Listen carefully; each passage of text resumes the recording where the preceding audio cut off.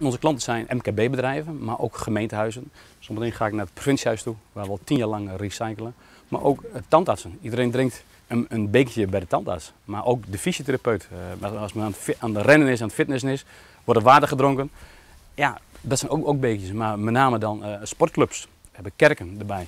En iedereen die koffie drinkt, kan eigenlijk gebruik maken van ons systeem. Er kunnen er 900 in de doos. Het is een heel net en schoon systeem.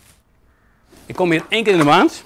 En dan kijk ik de voor en na van de bekers naar en ik verschoon de dozen. En als er nog extra dozen in het magazijn staan, neem ik die mee. En dan kunnen de mensen er weer een maand mee door. Dat leuk weetje we daar niet. De oude bekers nemen we mee naar Appelscha en die worden in ons magazijn nagekeken of er nog blikjes of ander grof materiaal bij zit. En dan gaat het naar de fabriek en dan wordt alles schoongemaakt. Dat is iets. En die gaan naar de recyclaar hier in het noorden. Worden gesnipperd, ze worden gewassen, ze worden gemaakt tot granulaat. En daarna gaan ze door de industrie in en er worden kapstukjes van gemaakt. Als u viooltjes haalt bij het tuincentrum, heeft u plantentreetjes. Ze worden allemaal gemaakt van polystyreen. Maar deze nieuwe bekertjes, die zijn dus eigenlijk net recycled?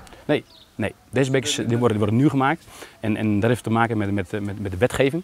Het moet schoon materiaal zijn. Het zijn disposables, dus je mag daar geen gerecycled materiaal van hebben. Helaas niet. Waarom ben je mooi in zee gegaan? Wij zijn overgestapt uiteindelijk weer hier eerst kartonnen bekers uiteindelijk, maar dat vonden we toch meer milieubelastend. Totdat dit bedrijf kwam met een aanbod van oké, plastic bekers gebruiken beter voor het milieu, recyclebaar. De meneer uiteindelijk van het bedrijf die brengt de skinnerbekers, wisselt ze weer om. Dus dat is voor u een hele belasting minder qua afwas en nimmer op alle keer.